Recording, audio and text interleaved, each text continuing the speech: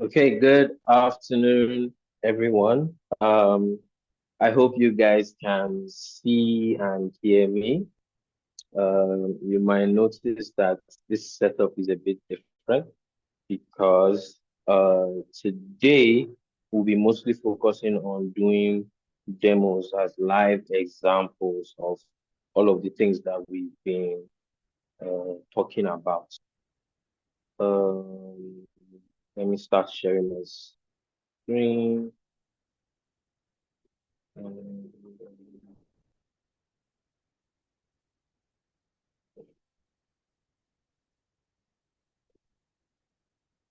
Okay, I hope we can all see my screen. I think we can. So, so yeah, we're going to start with a recap of what we did yesterday.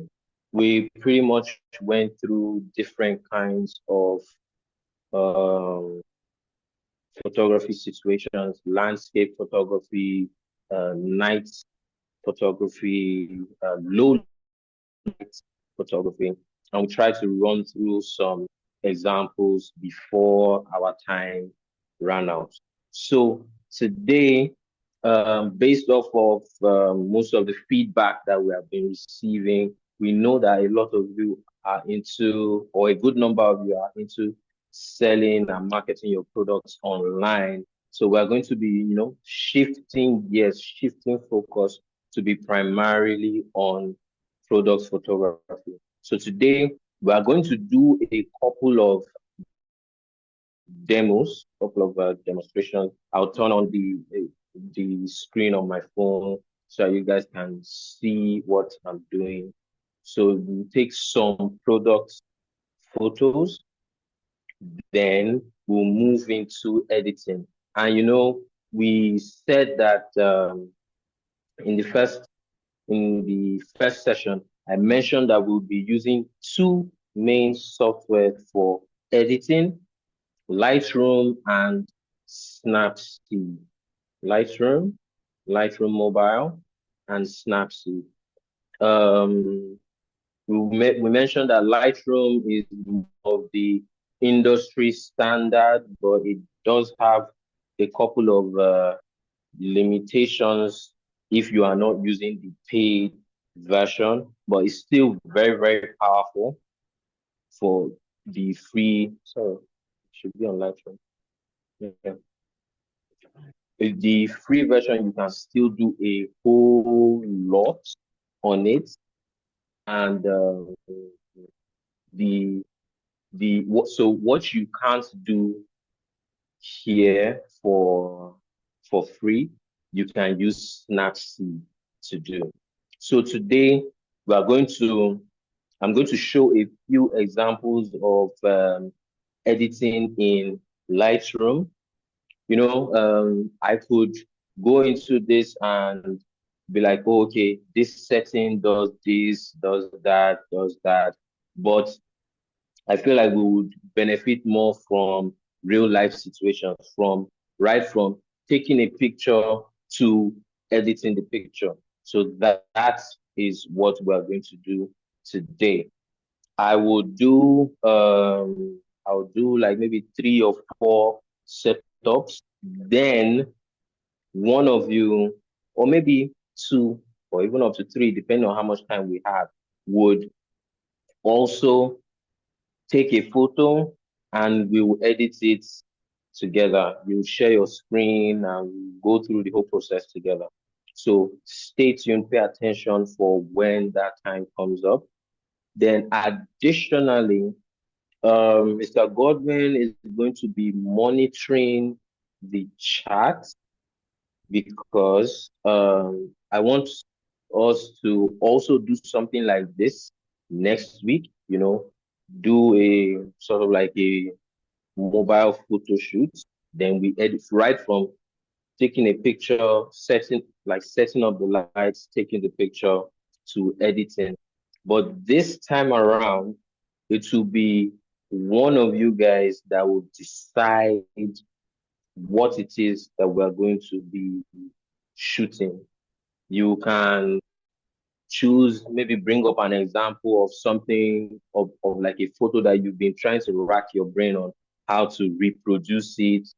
But for this, it's going to be just one lucky person that Mr. Godwin will pick at random. He's just going to be monitoring the charts to know who is being active and who is even brave enough or wants to do it. So just just make sure that you are active, that you keep participating. You can at intervals be reminding Mr. Godwin that you have a photo shoot idea that you've been trying to do, you are not sure how, or you just want us to replicate it with our phones, so that you can, after all this training, you can do it on your own as well.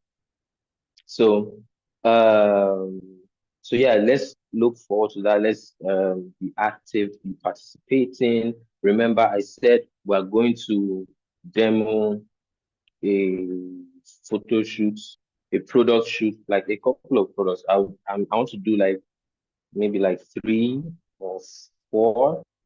Okay, I think I'll just stick to 3. Then we would edit the pictures, and then one of you guys or two of you guys would take the stage and just do the same thing, but this time with me, giving pointers or direction.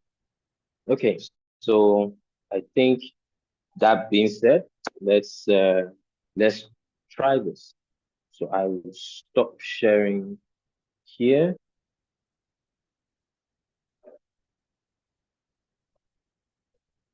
and start sharing here.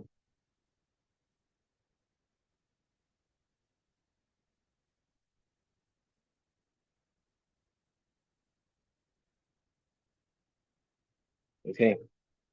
All right. Um, I don't know if you guys can still see me on. I'm putting my tab by the side so that you can also kind of like see my setup through the webcam of the tab. So maybe you can do like a side by side, what's on my phone and what we're seeing on the tab. So the first thing that we're going to do, I know some of you might, I don't know if any of you are into selling footwear. Oh wait, Mr. Gordon, we have a poll. We have a poll. Let's do the poll before we go too deep into this. Can we just quickly run the poll? Okay, the poll, right? The very first poll. Yeah. Yeah. All right.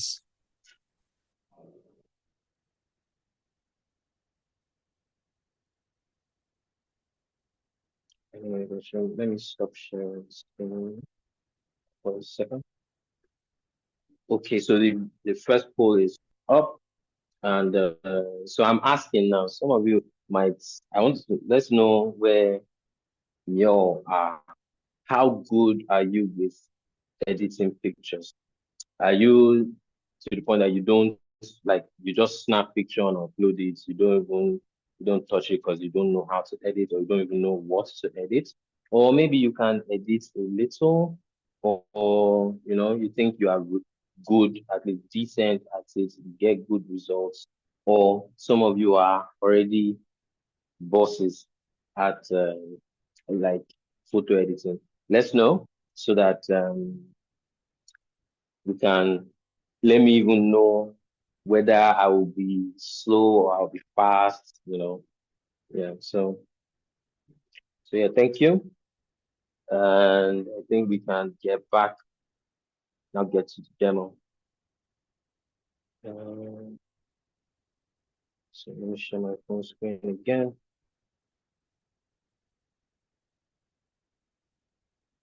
Okay. So for this setup, I will start with like using one light. And okay, let me pretty much start again.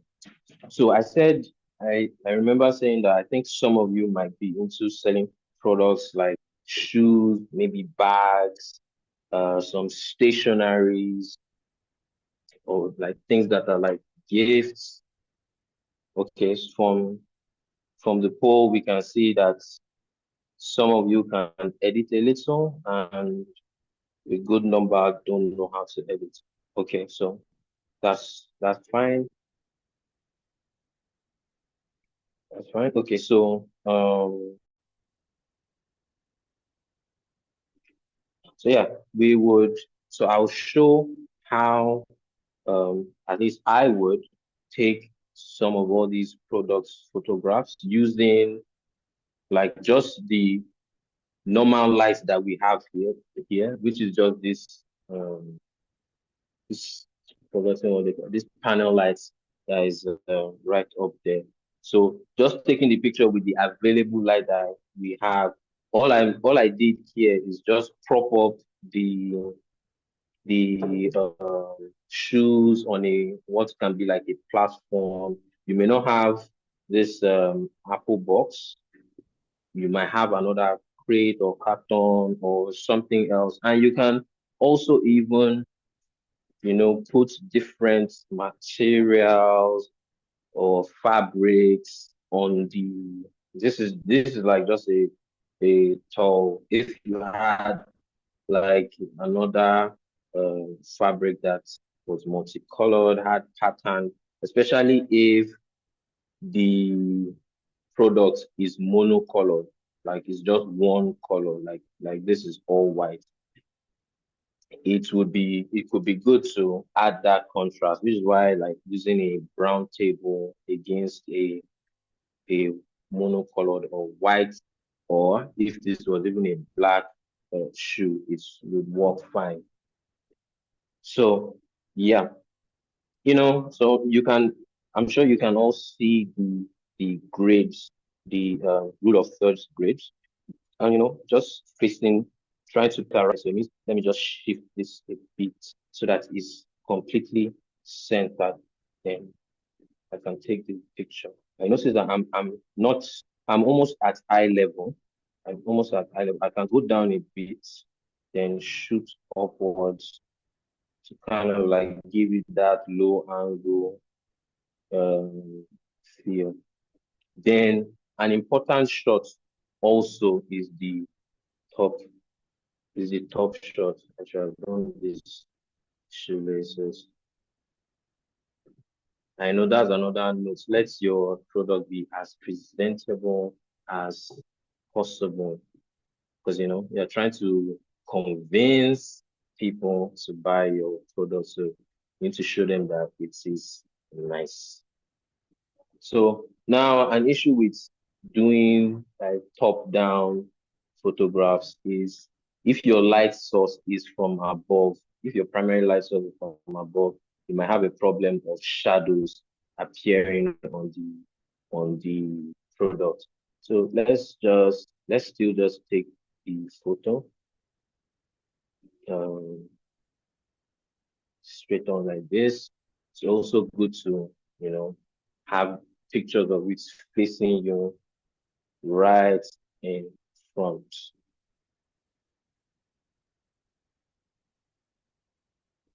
Okay. And you see at this angle, at least the shadow is not directly on the shoe. It's on this side. It's on this other side. But if I should move back a bit more, the shadow is no more on it. So sometimes you would need to like deal with stuff like this that come up. So this is just taking the pictures without any additional lighting, with the lights that I have in the studio, or the light that you have in your house. And all that was done was framing it properly and using a background and a nice surface for the product. Additionally, I could take this picture in portrait mode so that the background is blurred out a bit more. So I should take it and move back a bit, then tap on the object that you want it to focus on. Then you take the picture. So if we look at it, yeah, it looks a bit deep. Yeah, it looks decent. And after the processing, you will see that it now made the background blurry. Okay. So now let's introduce using lights. I'm going to turn on this one. So this is the light that I have available. If you have a ring light, you can also do this. So just use the light that you have. Let it be almost directly in front of your product. And some of all these lights you can adjust the brightness level. So I set it very low so as to be a bit soft. And like if I should now take the picture, but you might see that the shadow from this light is falling on the box. So what I can do is raise up the raise up the uh, light a bit so that it's higher. Pardon me. Yeah, so now the light above the is above my hand so that the shadows are not falling. The shadow from my hand is not falling on it. And I can now I'll tap what I want it to focus on. And you can see I'm still in portrait mode because I think I want a blurry background. So I'll just snap it. Just snap it. And see, this um this kind of picture is okay, and it's just one light that we're using. You have a background that is separating the product from, instead of it just being like a plain background. But at the same time, you can also do this on a plain background. It's really just boils down to what you have available and um, not letting like the fact that maybe you don't have backdrop or you don't have lights and whatnot. Don't let it limit you. That is one key thing, especially if you own and run a business. Don't wait till you've gathered money to get all the latest gadgets and all whatnot. This is good. It's good that we are doing this training and seeing all the things that we can use to up our photography game. But the most important thing is to start. Just make use of what you have presently. So now I'm introducing a third light because, I saw in one of my, you know, going down the Pinterest rabbit hole, I came across a photo that there was light on the back, and I was thinking, how did they achieve it? So I did a couple of experimentations and saw that, okay, they just, created some distance between the products, elevated it, then now snuck another light behind it. Now you might be thinking, oh, I don't have this light, this sun gun or this LED light. It's not an excuse. If you have power bank, all these like Oraimo power banks now, they put lights in it. Instead of using this, you can use the light from your power bank, and you have a similar effect. But I'm using this one because it has an orange color. So now it just makes the picture a bit more interesting. And we take a snap, And take another one. Yeah, I think so. I think for this particular product, if you are taking, so you will now have like options of what you to do. In fact, you can even choose to, instead of the light being directly in front, you can put the light by the side. Then the most important thing is let your product be well lit. Like, okay, I can see it clearly. Then if you want to use any additional lights for effect, like I might now choose instead of letting this thing because you may not make 100% sense to be lighting the background, waiting the lights for background they get.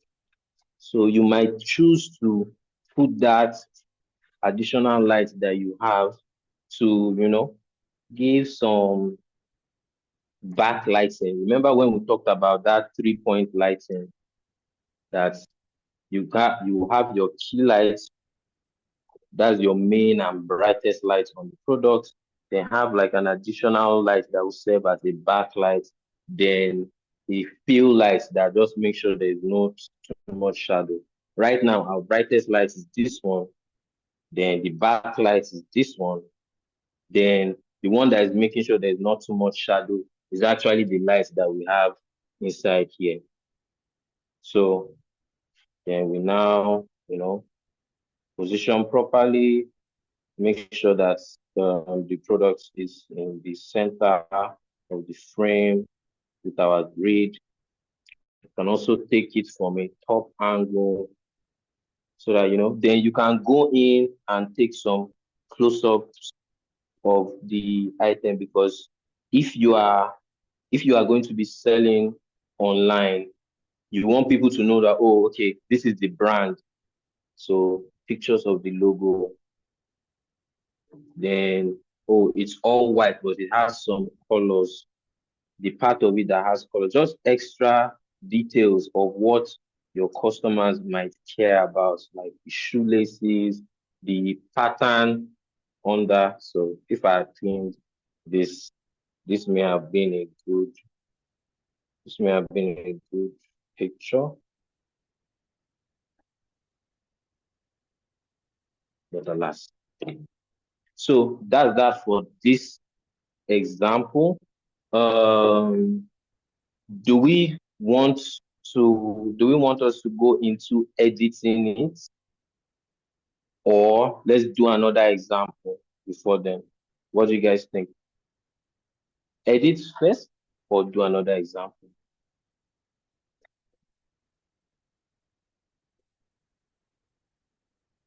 Okay. Uh okay, the another's have it. Another's have it. I've seen two people that said another. Okay, so let's do another example. Now, I saw someone that took pictures of stationery of a book. That's why I'm doing this particular example. And for stuff like stationeries, books, things that have a lot of detail on it, like something like this book cover, you would want to take the picture on, a relatively simple background, that is one color, maybe white or black. So I'm going to use this white towel as my backdrop, this white towel as my backdrop, or the surface that I'm using for the picture. It has a lot of patterns, and on a normal day, I wouldn't normally use it. I would want something that is a lot simpler, less detail. So if your product is small, you could use just an A4 paper.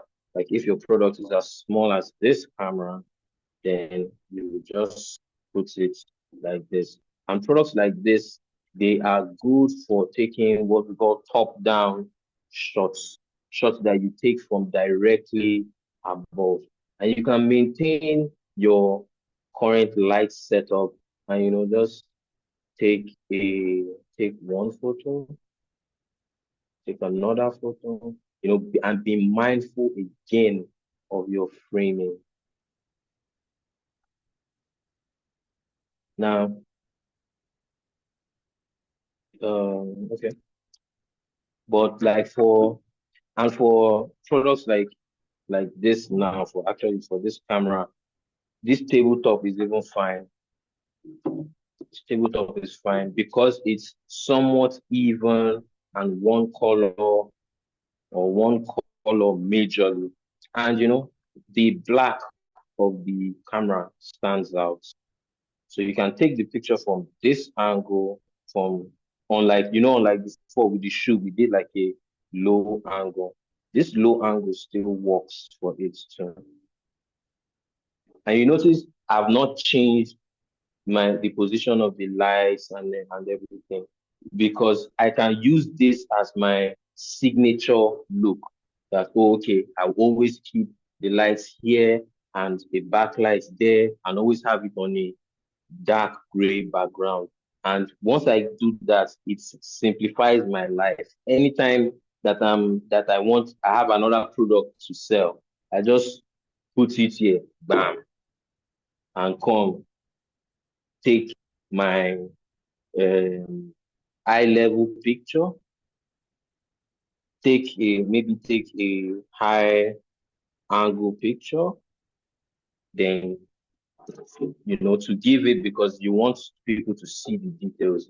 You take a picture from the front, from the side, or from the back, then maybe even the other side.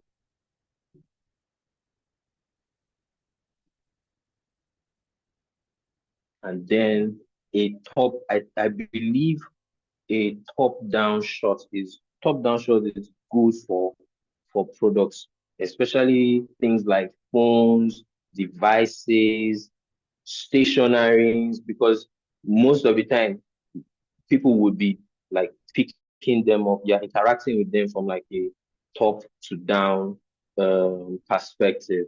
So to simulate like what people would be observing in real life, a top-down shot is always good. And for some reason, top-down shots actually they just look nice. They just look nice. Then maybe also this side, but I will need something to prop this up so that it's level. A lot of times, what makes the pictures good is is your composition, your arrangement, the things that you put in frame. Like for this picture now, okay, let me just take this one.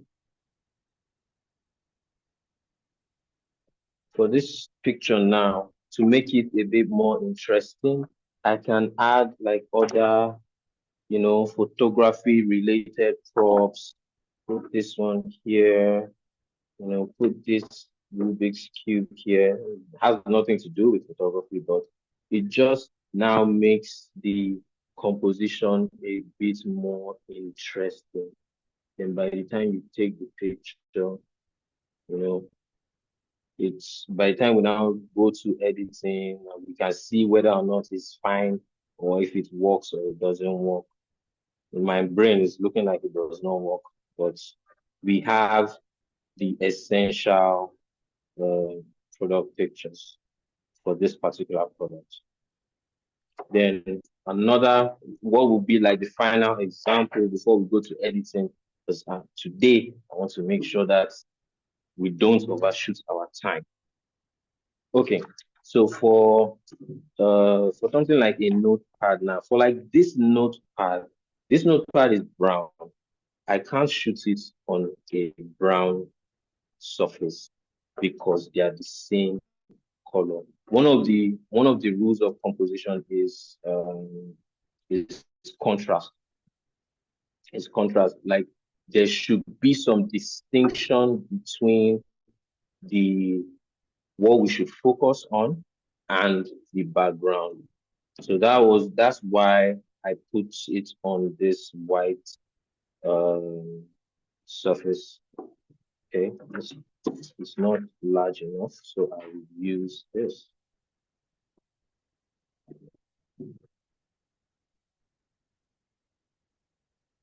Because this is a reminder of I think it was the former that took that picture of the of her of nails that she took it against a it was light. I think the nails were white against a dark deep brown background. So it's that contrast between the product in question and the backdrop would help to, give it that distinction. But personally, I will not use something that has as many patterns on it. I feel it should be plain so that people's attention is not being drawn to all these logos. If it was just this material all through, it would be less distracting and I feel work more perfect. Okay, so for something like this now, most of the time it's flat. So by default, I'm going to do a top down shot of it. So let's have one that is directly above, give it some distance.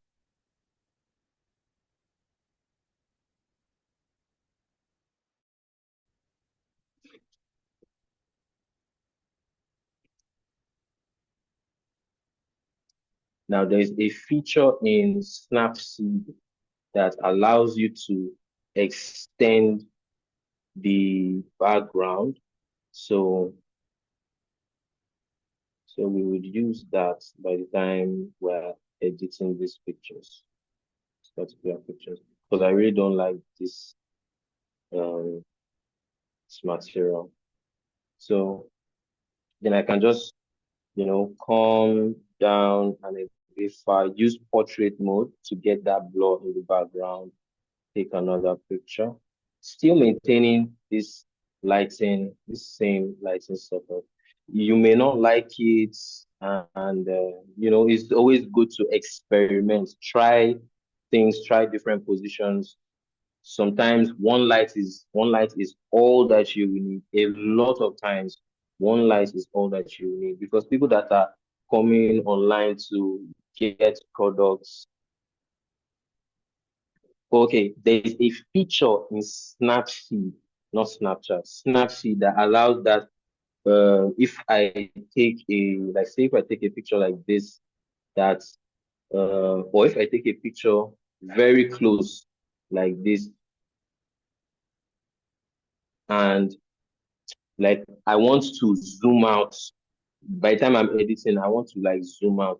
There's a feature in Snapchat that it will allow you to extend the edges of the picture in Snapseed, sorry, not Snapchat, Snapseed.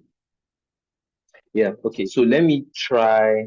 Um, so it's always good to have props and things lying around in the house.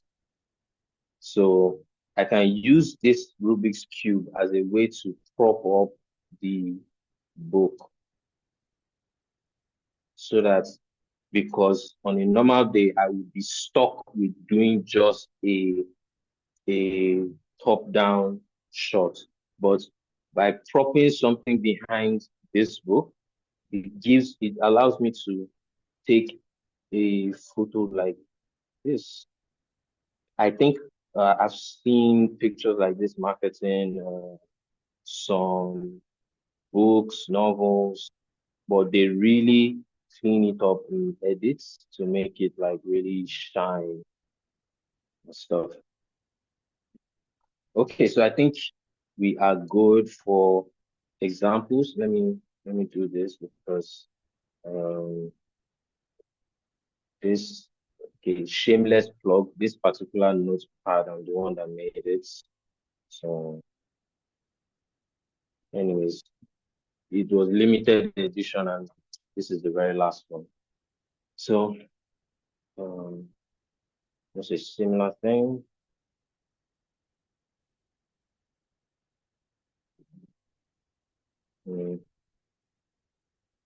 portrait mode was not allowing me to focus on the book properly because it was thinking that it was thinking that this it was trying to focus instead of the book in general. So it's trying to focus on the picture in the book, then now blurring out some things. So that's where sometimes portrait mode may not work for a particular situation. But yeah. So those are the examples.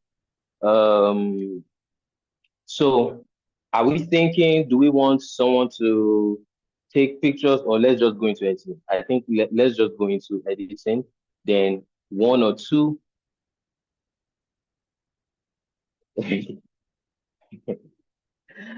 Mr. Godwin, I hope you are seeing people. But people are saying that they have things waiting for capturing. Okay, okay. But to save our time, let's go into editing. Let's go into editing. So let me see. Let me see. Let me go to my gallery to see. Oh, by the way, I've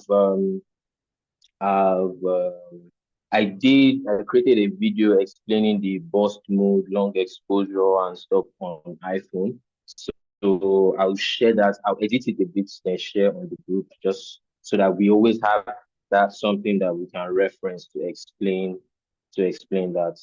So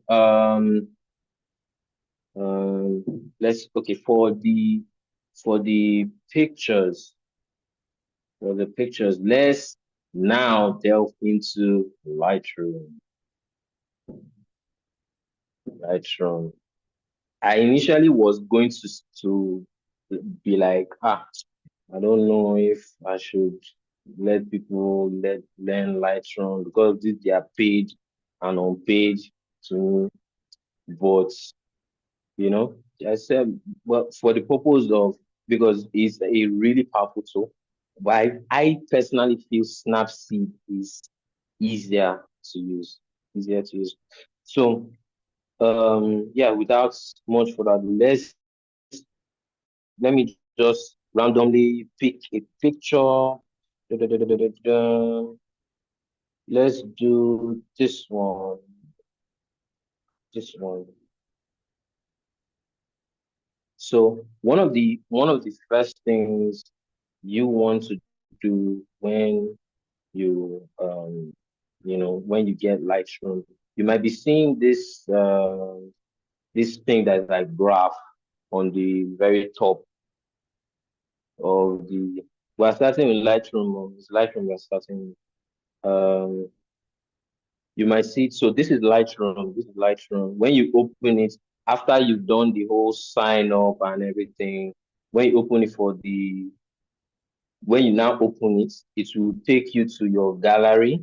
And if you've done any edits that you've done in the past appear here.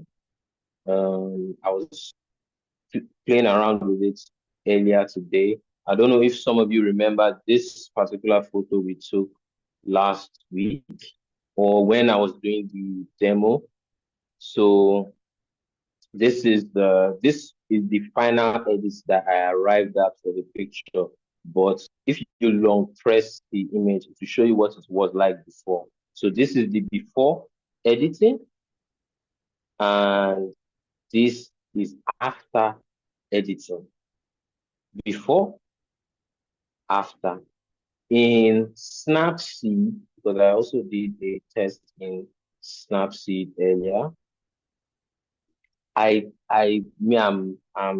vouching for Snapseed.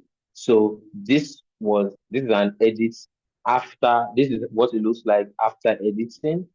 Then if I long press it, you see what it looked like before. So this was before editing. This is after editing. There's another example that I did where I did the expanding the background. So just by long pressing, I see the before. If I release it, I'll see the after. But the thing is that I kind of had in mind what I had an idea, not exactly what I wanted the pictures to look like, because sometimes what you plan in your mind. Man proposes, but sometimes the situation does not agree. But yes, okay. So I think, which one did I select? Okay, this show. I'm going to try and be fast because I want at least one person at least that you will do this thing. You will do this. Okay, so this is the picture that we took with the light that was inside here. No, nothing, no gang. This is just the light available.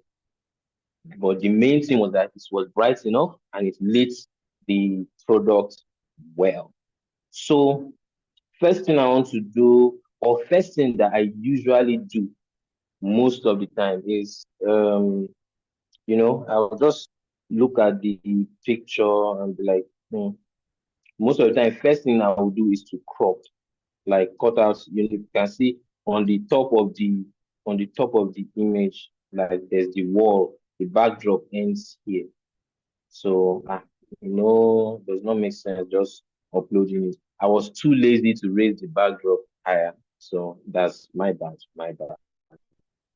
But since that's a problem, the first thing I usually go to is to crop. And you look at the bar at the bottom, you see actions, presets, crop, edit, masking, remove.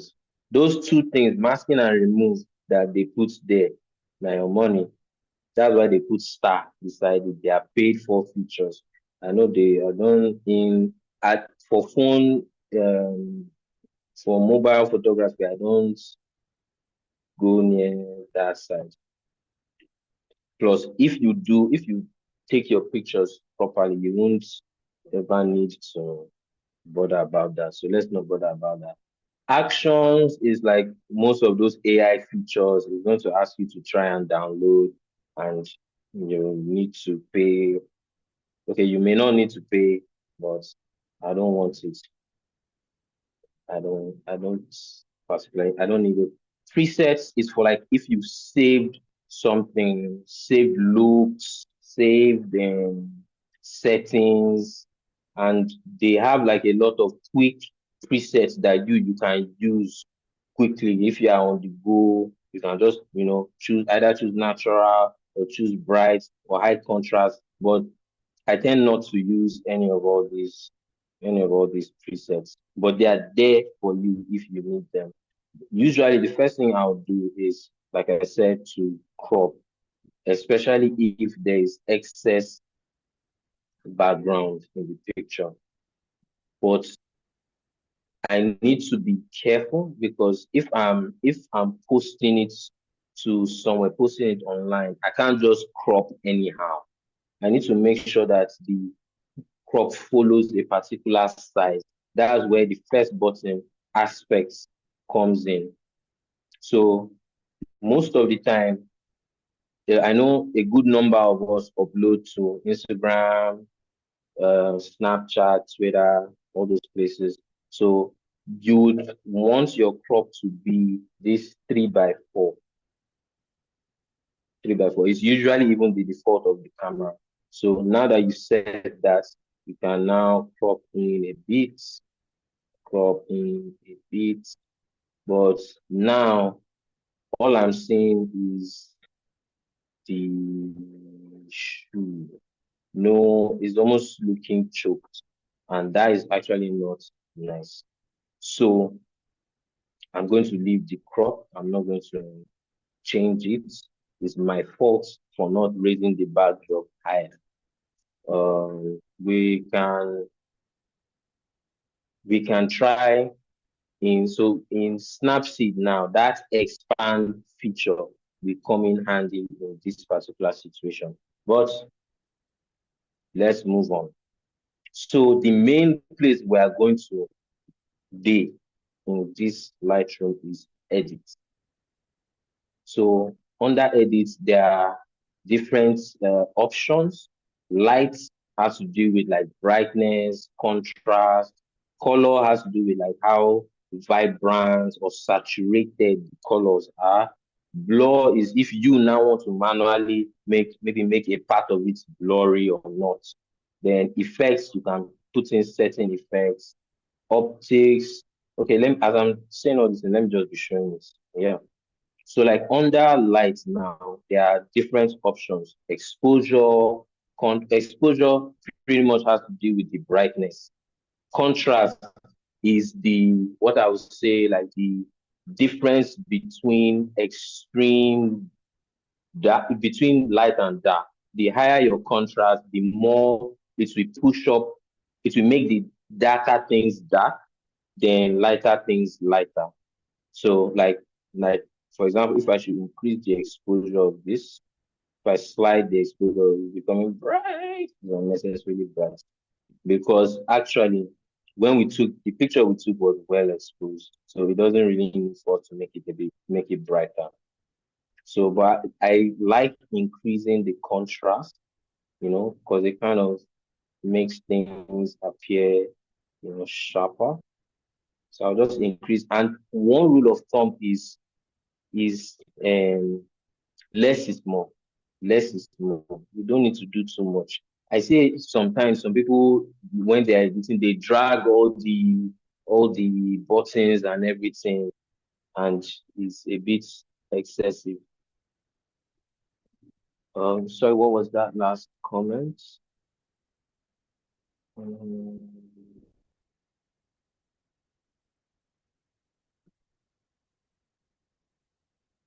yeah. Okay, you guys are interacting. Yeah, that's good. That's good.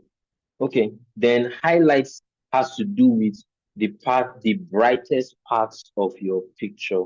So if I should increase the highlights, it will make those brighter parts bright. It will make those brightest parts brighter. Now, it may not make sense to want to make the brightest parts brighter, but imagine a situation where you your flash was too bright or that the light was now too bright. And if you try reducing the exposure to just make everything dark, whereas you just want to tone down the part of it that was just excessively bright. It's highlights that you reduce, reduce. And like I said, less is more. Sometimes you don't even need to tweak some of all these things. Shadows now, to target only the parts that have the shadows in the picture rather. So like on this, if you look now, the most of the shadows are in the on the backdrop. If I make the shadows darker, the backdrop is getting darker, and even the shadows on the shoe is making it go darker. But if I should bring it up, so in a situation where maybe the picture that you took is in a situation where the photo you took is either you notice that the something like the backdrop is either too dark or is not like shadows is not there's not much contrast. You can tweak the shadows. Then this enable HDR is that it would simulate a HDR image for you to take this your picture and turn it into a high dynamic range image. Now, explaining it might be a bit difficult, but remember what we talked about in landscape photography yesterday, how, in some images, the blacks that are supposed to be black will not now be blacking. The things that are supposed to have popping colors, the colors are not coming out because too much light is on it. So if you enable this HDR, it kind of using software, you just, simulate it for you. But I would only advise using this in low light for low light situations. And see, a lot of times, see, this one I don't use it. I don't use it. This HDR, this HDR, I don't use it. So let's forget it. And to be fair, right? I think my camera did a very good job on this picture. I'm trying to look for flaws in it, and I'm not finding many, except maybe things that I'll need to clean up in the background. And Lightroom doesn't allow you to do cleanup for free. So, what we can tweak is, let's now, so I've shown us all what we can do with the lights tab. Then the very next thing is the color tab. So under color, you can adjust what we call the color temperature. What you just need to know is that light has color. Sunlight is bluish because of the sky. Then some of what is our lights in the house, all those olden days lights that we used to use, you know, they are orange now. So, so yeah. So because of that, the light tends to make some images look bluish or orangish. So all these apps allow us to adjust the colors. Why is time going? Okay. So if I should, you'll notice if you shift it to the warmer side, you get to the yellow side, it looks warmer, or to the blue side, it looks cooler. So depending on how you took the picture, most of our phones do automatic white balance for us. So a lot of times I don't touch color temperature or tint. I don't touch it, except maybe, yeah, I don't typically touch it. But one thing is that if you notice your picture is looking too bluish, it is the color temperature that is causing it. What you need to do is move it to the opposite side. If it's looking too greenish, you are wondering, how the green enter my picture. You move it, you go to the tint, move it to the opposite direction to kind of like balance it out and make the picture look natural. Vibrance and saturation is now the thing that helps us get those rich colors. Like now, even though the product that we have is white, if we want the background like this brown to like really come out now, we can increase either the vibrance or saturation. If I increase the vibrance is almost the same thing as saturation, but I would say is a lot more, it's less aggressive. So see what increasing the vibrance does. It's, makes the color to be a lot more vibrant. Like now, this brown is actually like coming out, coming out, coming out. If I should hold down the image, you will see the before and the after. Before, after. Now, the picture that I was thinking was okay is better now that I've pushed up the vibrance. But so to undo whatever you did, you can just double tap on it, or there's undo at the very top. So if I should increase the saturation, remember I said saturation is a bit more aggressive. It should be overdoing things. I've just moved to like half, and I feel it is oversaturated. The colors is too much. So if you are going to be adjusting your saturation, do it a little. Otherwise, vibrance works fine. Then of course there's blur and stuff. Then if you're So I'm just talking about the three parts of Lightroom that I go to. So, and it's usually light, color, and details. Light, color, and details. Those are my concern. Now, if this picture was shot in low light, I will just quickly show a low light example. If this was shot in low light, um, this noise reduction is what will help save the picture. That noise, a combination of noise reduction and that HDR mode will help to resurrect bring the picture back from looking noisy and grainy. So, but for this particular picture, there is no noise. There is no noise. But what we can do, you know how on some of us, those are our graduation pictures that are matric pictures that on our face, it will look like they washed everything. This is what they use. They'll just turn on noise reduction all the way to 100. And what that does is it can help you to smoothen out the image, or just generally, oh sorry, I went back by mistake. Just generally bring it back or make it smooth, so to speak. Now I feel like the saturation or the vibrancy is too much, so I'll just bring it down. Let's not be looking too vivid. So with this, I think this particular picture is good to go. This is the low light example I was talking about. Originally, this is what the picture looks like. Okay. I will, okay. Let me quickly do a Snapseed example. Then I'm really sorry that it's looking like we might not be able. Wait. The session ends at 6. Okay, I'll try and wrap up in the next 5 minutes. I'm now going to do a demo in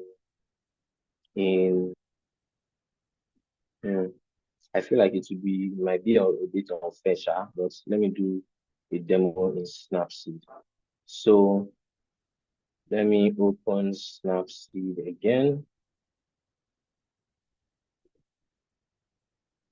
Open. So it just defaults to the very last picture that was taken. So let me go to one of those ones that I had a clean background.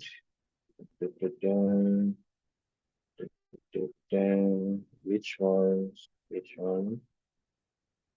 Let me do this stationary one. This top down. So, um, in my opinion, Snapseed is a lot easier to use. It's less intimidating. The first things it shows you is the last edit that you did, or portrait, like sort of like the presets in Lightroom. But this one now is just different looks and feels and their own um, pre-saved examples that you can either use or just you know um, use it as a starting point. But anyways, so where you want to go in Snapseed is your tools. Now, there are plenty tools here. But almost like in Lightroom, I don't bother with everything.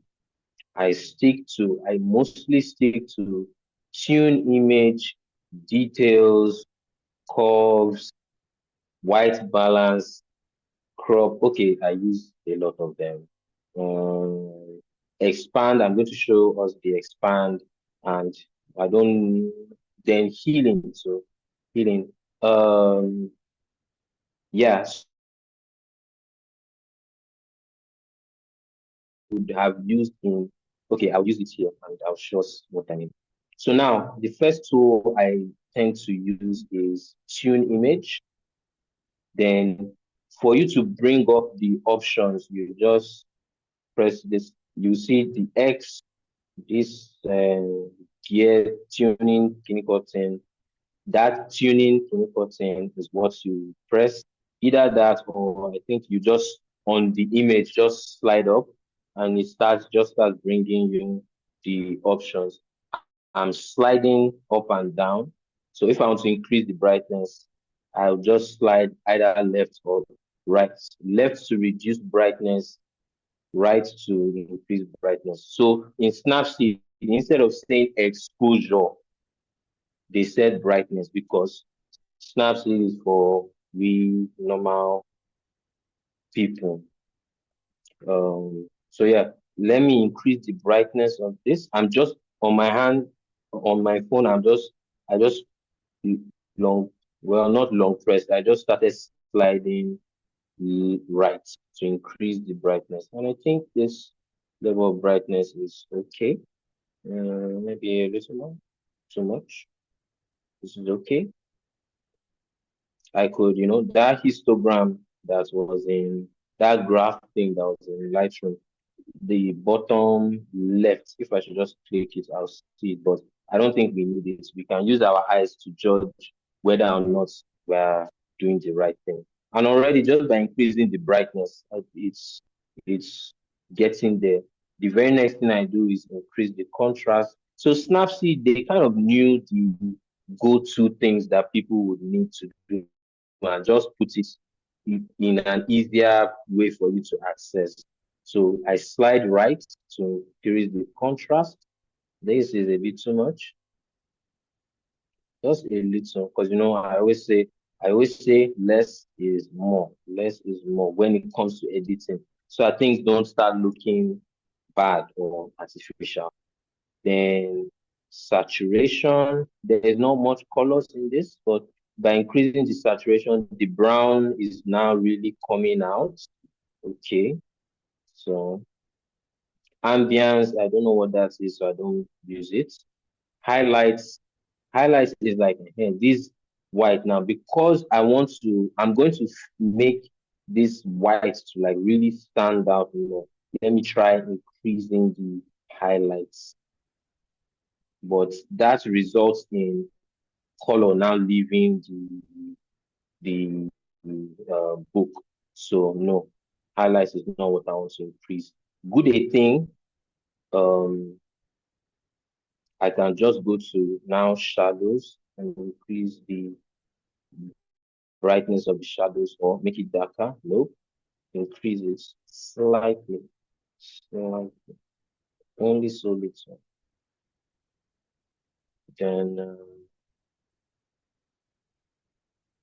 then yeah, I think if we long press CD before. Okay, we need to first tick OK on the bottom right. We tick OK. Then if I should long press it, I'll see the before, then the after. Before, then the after. It's already like looking a lot nicer. Then if we go back to tools, I like to go to curves. Now with the curves, you can generate you can use it to manually generate contrast. The bottom, the bottom left is where the shadows are.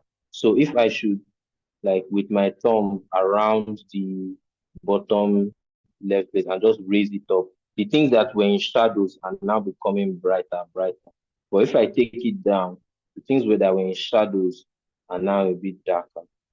Most of the time you would want to make the curve to form an S. So with the darker parts down, then towards this top right is where the brighter parts of the picture are. So around here, I would lift it up a bit. So the down, maybe take it up small, then this up, take it down. So I just want to get a subtle S curve. Subtle S curve. It does not need to be too much. And sometimes you may not need it. So if I should check the before and the after, the before, the after, it's a lot brighter and we can see a good amount of the details. Then we don't need to adjust the white balance, but if we were to move it to the left, it's looking bluer, to the right, it's looking warmer. Okay, let's leave it at like say +5. It's okay. A lot of times, all these edits are to taste, but a good like this is what I'm showing you as like it's like a good starting point. Now, for all these excess parts, now I'm going to try and I'll do a combination of two things: healing, using the healing tool, then the expand. So let's use the healing. Healing is like when you are doing all those things that professional photo retouchers use to remove skin blemishes. But you can also use it as a way to, um, hide borders, like where one thing ends, you can use it to try and cover it up, cover it up. Oops, undo. Okay. You need to use two fingers to, when you zoom in, you now use two fingers to drag.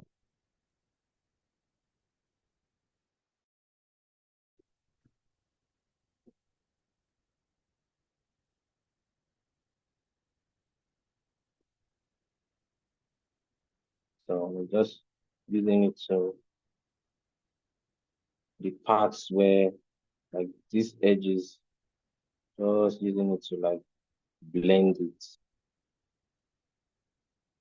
Now it's not 100% clean, but it just kind of helps it to not be, one kind. I'm using the healing tool. I'm using the healing tool. The healing tool. Under tools, healing. Yeah. So even this my hand that is here, I can just use the healing tool on it and it has disappeared. So I'll still use it a couple of times to try and make it blend a bit better. Then lo and behold, and has gone for free, for free, without using. Okay, I feel like AI tools would do this a bit better, but for you know, we that like to do things ourselves, it's a good way to do it. So now that we've done that, I will tick OK, then go to tools, crop. I will now crop. Now I can now cut out. I can now okay, make sure I'm using this 4 by 3 or 3 by 4. 4 by 3, then crop down and center the image to like cut out where those blurry edges are. And then okay. And now if we go to expand, it will now, if I drag this to this point, it would intuitively fill out to pick up like the white or the background, then fill in that empty space. If I expand it again, well, it will try its best. That's why I tried to do that healing thing beforehand. So it will just help us with its own um, idea to try and expand the background. If our background was a lot cleaner, it would have done this a lot better. So if I should take this, I can still go in and crop again.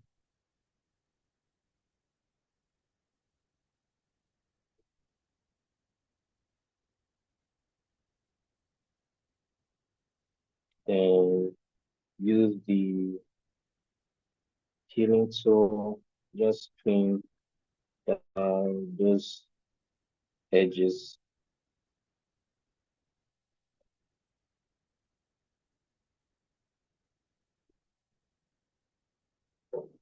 And yeah, if we compare it now, before, after, before, after.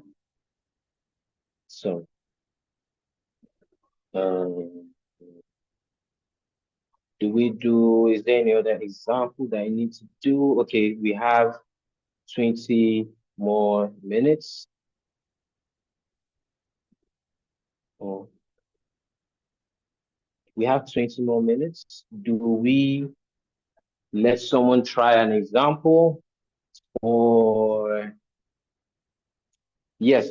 So with portrait mode is what made this a bit blurry. So you can go into under the tools, under details, you would find sharpening and structure.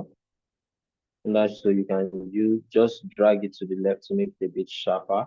But sometimes if you overdo sharpening, it might make your image kind of look fake. And that now leads us to our next poll. Um, where are you going to be posting? Where do you often post your pictures? Are you trying to market your products on Instagram or Twitter or WhatsApp or Snapchat or any or other um, social media platforms, or you're just maybe keeping it to yourself?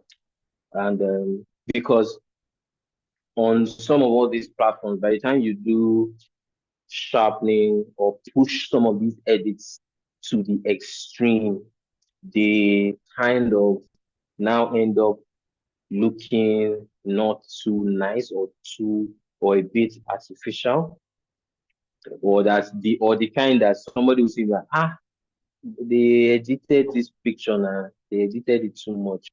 So and people will now start wondering, oh, is this the true color of this item?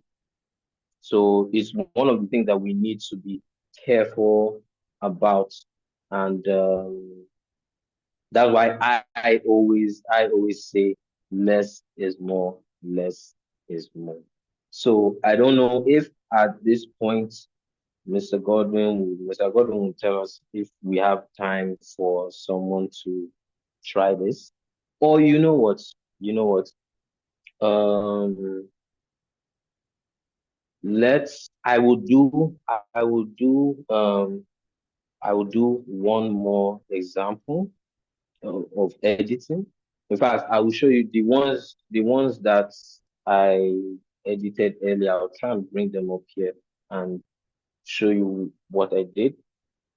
And while Mr. Godwin is okay, so most of us are doing to Instagram, and okay, that makes a lot of sense, because this is where plenty people are, and I think Instagram and Facebook and Twitter, the marketplace is a lot more optimized to show products and services. So yeah, that does make sense. That tracks.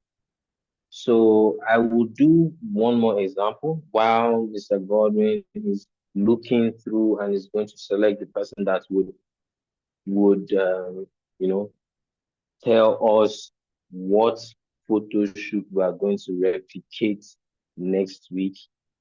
While the rest of us, you take all these things that I have said into the assignments that we're going to do. The assignment this week is it plenty?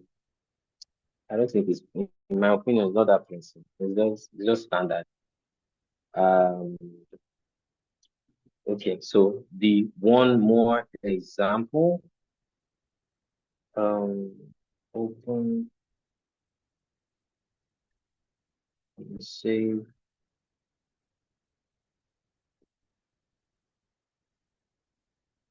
So you can either press save or export. By the time you are done, export. So you can share, maybe you want to send it to someone or you want to upload it immediately. You can save, which I just did, or you export the picture, or you export as. Export as if you want to put it somewhere specifically. So right now, let's open one of the ones that I did previously. Um, so this one, I would think so. Unlike which is one of the will I say one of the downsides of Snapseed. Unlike Lightroom, Lightroom would save all of your previous work, so you can always go back and check what you did. So for this particular picture, you can see the before it was a bit dull. What I did was to go to edit, light, increase the exposure a bit, increase the contrast, then the whites now, which is one of the things that Lightroom has that Snapseed doesn't really have. These whites, this backdrop was a bit dark before with the shadows and everything, but because it was white, I could just increase the whiteness of the whites to just turn it into a completely 100% white background. It's just that as a consequence, all the other things that are white, like the reflections on the cap, also become white as well. And see, funny thing is, if we imagine if we cropped this picture like this makes a good um, picture as well. So, but yeah, then under colors, I only just made it a little bit warmer, and yeah, I didn't do much else. Sharpened it, did I? I didn't even sharpen it. I Nah, I didn't. So sometimes when you do take a good picture, it gives you a very good starting point so that by the time you're editing, you won't stress so much. All you're doing is just like bringing it up, amplifying it. So I think I'm going to stop at this point and hand over to, let me stop sharing my screen, and I would um, just go over the assignment, right? Or Mr. Godwin, am I completely out of time? I think you Okay, you have like, Gordon, you want to take that? yeah, I think you can continue. We can continue to like 5:55. We can wrap up in 5 minutes. Okay, okay. Thank you very much. All right. So for our assignments, it's not it's not too difficult. It's not too complicated. All we just need to do is take photographs and edit. So our assignment for today is to snap and edit. I want you guys to take 4 different product photographs. It could be either 4 different products or one product in 4 different angles, 4 different scenarios, lighting setups.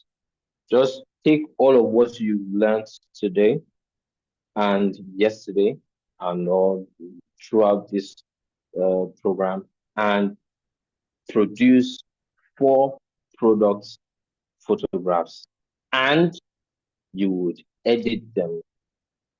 You edit them to, I would say, your satisfaction, based off of the things that you've learned and seen today in Lightroom and Snapseed. So it doesn't matter which software you use to edit, which app you use to edit, rather. I feel like you should use the one that you are most comfortable with. Now that you know a bit about the two of them, whichever one works most for you, you can use that. We don't have to be tied to a particular app. And you can even, and the funny thing is, you can even combine apps. Maybe do the basic color and stuff in Lightroom, then maybe you notice that it needs some things. There are some things that you want to clean out. You can use Snapseed to do that. But remember, I always say less is more, less is more. You don't need to go overboard with editing, especially when you do everything else to make sure that you have a good picture. Then a reminder because the first thing is to take 4 product pictures.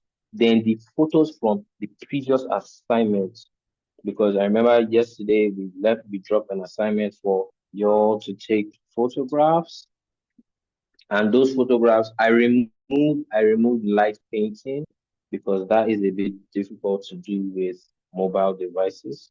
Even though I will experiment and try and show you guys how to do it. It's a creative thing that you can put in your toolbox for whenever necessary.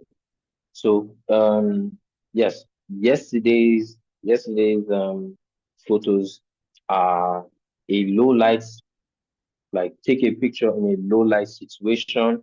Either maybe you turn off all the lights in where you are and recreate a low light situation, or maybe there is an event that you're about to go to this coming week that's so there might not be a lot of light in there and whatnot. So you can use that as your own situation.